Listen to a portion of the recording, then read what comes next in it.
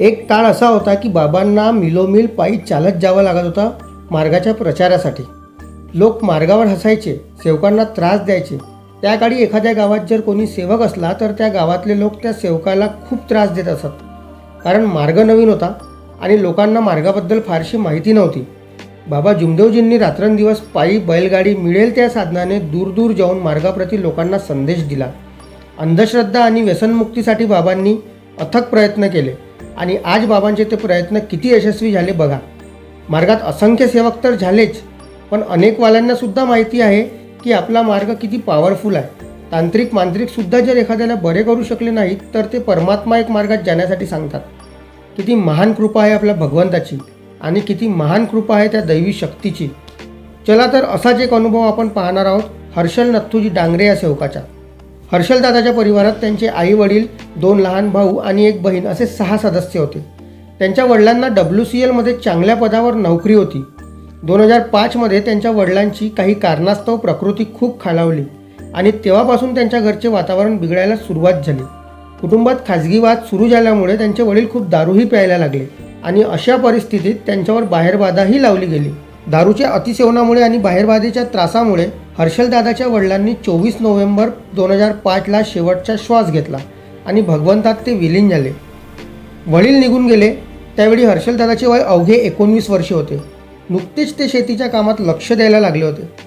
परिवारातील मोठा मुलगा असल्यामुळे घरची संपूर्ण जबाबदारी त्यांच्यावर आली होती आणि असेच एक दिवस त्यांची प्रकृती बिघडली तर त्यांची आई त्यांना दवाखान्यात घेऊन जायला निघाली. ऑटोची वाट बघत असता 1 ते 1.5 तास निघून गेला पण एकही ऑटो थांबला नाही. तेव्हा त्यांनी पायदळ जाण्याचे ठरविले, पण तेवढ्यात एक ऑटोवाला आला आणि त्या ऑटो चालकाने त्यांना ऑटोमध्ये बसायला सांगितले. त्या ऑटोमध्ये त्यांच्या ओळखीचे नांदगावचे श्री गुंडेरावजी गिरी व त्यांच्या पत्नी सौ मंदाबाई गिरी होत्या आणि सोबतीला कामठी पावनगावचे एक व्यक्ती श्री रवींद्रजी अजबले होते. ऑटोत बसल्यावर त्यांनी विचारले की तुम्ही कुठे जात आहात. त्यावर हर्षलदादाच्या आईने सांगितले की आम्ही रुग्णालयात जात आहोत. 8 दिवसापासून माझ्या मुलाचा ताप उतरत नाही आहे. तेव्हा अजबले म्हणाले की तुम्हाला दवाखान्यात जाऊन काही फायदा होणार नाही, तुम्हाला तर काही वेगळाच उपाय करावा लागेल. त्यांच्या बोलण्याचा अर्थ कोणालाच कळला नाही. म्हणून गुंडेरावजी गिरी म्हणाले की तुम्हाला काय म्हणायचे आहे ते स्पष्ट सांगा. तेव्हा अजबले म्हणाले की या मुलाचे फक्त 7 दिवस बाकी आहे, त्याला काय खायचे ते खायला प्यायला द्या. हे सर्व ऐकून हर्षलदादा व त्यांची आई भांबावून गेले. त्यांना काहीच समजत नव्हते की हे असे का बोलत आहे. पण गुंडेराव काका व काकू यांनी त्यांना परिपूर्ण विचारणा केली तेव्हा त्यांनी सांगितले की यांच्या पूर्ण घराला बाहेरबाधा केली असून करणाऱ्याने एक जीव घेतलेला आहे. आता या मुलाचा नंबर आहे. हे ऐकून हर्षलदादा व त्यांची आई खूप घाबरून गेले. हर्षलदादाच्या अंगावर तर शहारेच आले आणि साहजिकच आहे, कोणीही असतं तर घाबरलंच असतं. अजबले यांचे बोलणे ऐकून काकाजींनी त्यांना विचारले की यावर काही उपाय नाही का. अजबले म्हणाले माझ्या घरी डिलेवरी झाली असल्यामुळे मी घरी आखत लावू शकणार नाही, त्यामुळे मी डोमनगाव नंदाजी बुवा हेटी या गावी आखत लावू शकतो. जर तुम्हाला उपाय करायचा असेल तर आज मी खाली आहो, पुढचे 3 दिवस माझ्याकडे वेळ नाही. अजबलेंचे हे वाक्य ऐकताच त्याच ऑटोनी ते दवाखान्यात न जाता सरळ हेटीला गेले. 2 ते 2.5 तासात ते लोक हेटीला पोहोचले. तो दिवस होता मंगळवार. तेथे पोहोचल्यावर अजबले यांनी 1 पाव दारू, 5 लिंबू, 5 रुपयाचा कापूर आणि माचीस बोलावली. त्यांनी सांगितल्याप्रकारे सर्व साहित्य आणले गेले. त्यानंतर त्यांनी आखत लावली आणि दुर्गादेवी त्यांच्या अंगात आली. त्यानंतर गुंडेराव काकांनी त्यांना विचारले की हे माते, या बालकावर आणि यांच्या कुटुंबावर काय दुःख आले आहे. तेव्हा अजबले म्हणाले की काही खाजगी वादामुळे यांच्यावर बाहेरबाधा लावण्यात आली आहे, त्यामुळे 4 व्यक्तींचा जीव जाणार असून एक जीव अगोदरच गेला आहे. येणाऱ्या होळी पौर्णिमेला या मुलावर वार होणार आहे. हे सर्व ऐकून पुन्हा हर्षलदादा व त्यांची आई खूप घाबरून गेले, कारण त्यांनी या अगोदर अशा प्रकारची करणी किंवा बाहेरबाधा कधीच ऐकली किंवा पाहिली नव्हती. त्यानंतर अजबले म्हणाले की आज मंगळवार आहे, काही साहित्य आणावे लागेल आणि ते साहित्य नागपूरलाच अभूमियाच्या दुकानातच मिळतील. त्या वस्तूंमध्ये 42 प्रकारच्या पुड्या राहतील. त्यावेळी हर्षलदादांची आर्थिक परिस्थिती बिकट असून सुद्धा ते सर्व साहित्य आणायला तयार झाले, कारण त्यांच्याकडे त्याशिवाय दुसरा पर्यायच नव्हता. हर्षलदादांनी अजबले यांनाच ते साहित्य आणायला सांगितले आणि त्यांना 3500 रुपये दिले. बाकी साहित्याची जुळवाजुळव त्यांनी स्वतःच केली. अजबले यांनी 21 धारेचे लिंबू लागतील असे सांगितले होते, तर हर्षलदादा लिंबू घ्यायला गेले असताना त्यांना ते लिंबू 10 रुपयाचे एक असं मिळालं, कारण साधे लिंबू स्वस्त होते पण धारेचे लिंबू खूप कमी मिळतात आणि म्हणून ते त्यांना महाग मिळाले. त्यानंतर ते कुंभाराकडे गेले असता त्यांना लाल आणि काळी हंडी आणि पार मागितले, परंतु त्यांनी त्यांच्याकडे असूनसुद्धा दिले नाही. हर्षलदादांनी विचारले की तुमच्याकडे असूनसुद्धा तुम्ही आम्हाला ह्या वस्तू का देत नाही आहे? त्यावर तो विक्रेता म्हणाला की कुणाचा जीव घेण्यासाठी माझ्याजवळून मी तुम्हाला साहित्य देणार नाही. शेवटी हर्षलदादांनी विचार केला की आधी लाल हंडी आणि पार घेऊ आणि मग दुसऱ्या दुकानात जाऊन काळी हंडी घेऊ. ते साहित्य घेतल्यावर त्यांनी 14 विटा व 5 गमले रेतीही आणली. संपूर्ण साहित्याची जुळवाजुळव करण्यात बुधवार दिवस निघून गेला व शुक्रवारी अजबलेंनी त्यांना धागे बनवून दिले.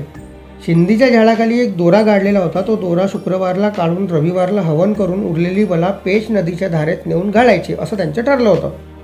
ठरल्याप्रमाणे ऑटोचालक गुंडेरावजी काका, अजबले आणि हर्षलदादा असे 4 व्यक्ती एका कणकेचा पुतळा घेऊन गाडलेली वस्तू काढण्यासाठी निघाले आणि काही वेळाने ती वस्तू काढून स्मशानघाटमध्ये नेऊन पेटवली आणि रविवारी नांदगावला पोहोचून तेथे गुंडेवार काकाजींच्या घरी आखत लावून पूर्ण बला त्यांनी काढून टाकली.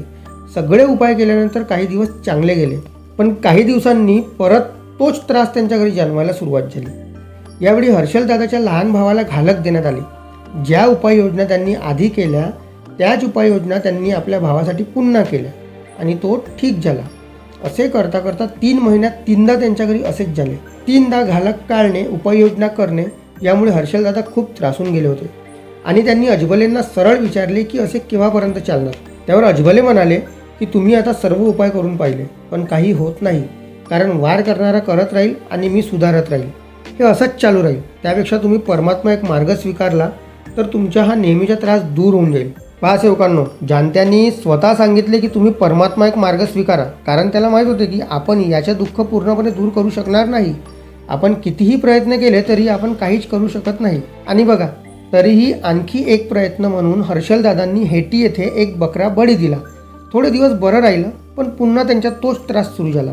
खूप प्रयत्न करूनही त्यांचे दुःख दूर होत नव्हते आणि त्यांची आर्थिक परिस्थितीही खालावत चालली होती. आणि म्हणून शेवटचा पर्याय म्हणून त्यांनी परमात्मा एक मार्ग स्वीकारण्याचे ठरविले. बघा सेवकांनो, प्रत्येक सेवक जो ह्या मार्गाशी जुळतो, जो ह्या मार्गात येतो, त्यातले 90% सेवक शेवटच्या पर्याय म्हणूनच परमात्मा एक मार्गात येतात. तर ते मार्गात आले, त्यांनी मार्ग घेतला आणि 11 दिवसाच्या कार्यातच त्यांच्या घरी सुख समाधानी लाभली. एका भगवंताची ज्योत त्यांच्या घरी प्रज्वलित झाली आणि एका विशाल मार्गाच्या वटवृक्षाच्या सावलीत ते आले. 5 वर्षे साधे कार्य केल्यानंतर त्यांनी त्याग घडविला आणि आज ते सुखी जीवन जगत आहे. अशी होती हर्षलदादाच्या जीवनाची कथा. कसे ते वाईट प्रसंगातून बाहेर निघाले आणि मार्गात येऊन सुखी समाधानी झाले. असेच जर कोणत्या सेवकाला आपले अनुभव आमच्या चॅनलवर सांगायचे असेल तर लगेच कमेंट करा. नेक्स्ट अनुभव तुमच्याच सांगितला जाईल. चला तर भेटूया नवीन अनुभवासोबत. तोपर्यंत चॅनलला सबस्क्राईब करा, व्हिडिओला लाईक करा आणि जास्तीत जास्त शेअर करा. नमस्कार जी सर्वांना, माझ्या आदरपूर्वक नमस्कार.